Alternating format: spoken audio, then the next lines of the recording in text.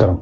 Artificial intelligence రోజు రోజుకి దూకుడు పెంచుకుంటూ పోతుంది. ఫస్ట్ మనం కేరళ ఇన్సిడెంట్ కనుక తీసుకుంటే 2006 ఫిబ్రవరిలో కేరళలో ఒక ట్రిపుల్ మర్డర్ అనేది జరిగింది.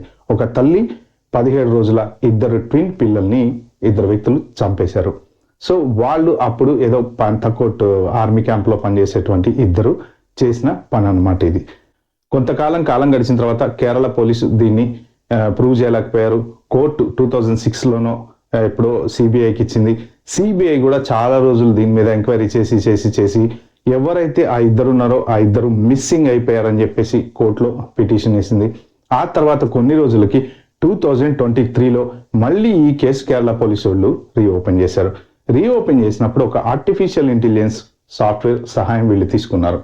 వాళ్ళు ఏం చేశారంటే ఆ 2006లో ఉన్నటువంటి వీళ్ళ ఊహా చిత్రాలు ఏమైతే ఉన్నాయో ఆ ఊహా చిత్రాలని ఆర్టిఫిషియల్ ఇంటెలిజెన్స్ సాఫ్ట్వేర్కి ఇచ్చి నువ్వు స్కాన్ చెయ్యి, 19 years తర్వాత అసలు వాళ్ళు ఎలా ఉంటారు ఏంటి అని ఊహించి ఇది ఒక పిక్చర్ ఇచ్చి వాళ్ళు ఎక్కడున్నారో గుర్తుపట్టి మనకి చెప్పాలన్నమాట. సో దాని సహాయంతో ఆల్ ఆఫ్ ద సడన్ కథలో మలుపు అనేది తిరిగిందనమాట.